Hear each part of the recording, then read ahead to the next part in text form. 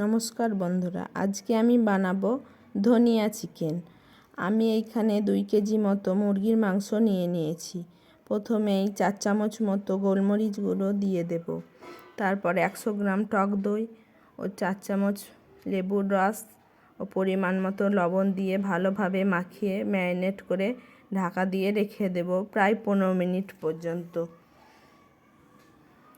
তারপর আমি কাঁচা লঙ্কা ও ধনেপাতার পেস্টটি বানিয়ে নেব।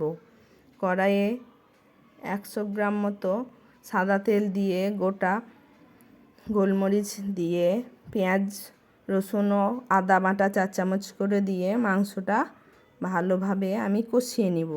তারপর ধনেপাতা ও কাঁচা লঙ্কার পেস্টটি দিয়ে কিছুক্ষণ নেড়ে 1 চিমটি হলুদ দিয়ে তৈরি আমার ধনিয়া চিকেন। খুব সুন্দর টেস্ট হয়েছিল।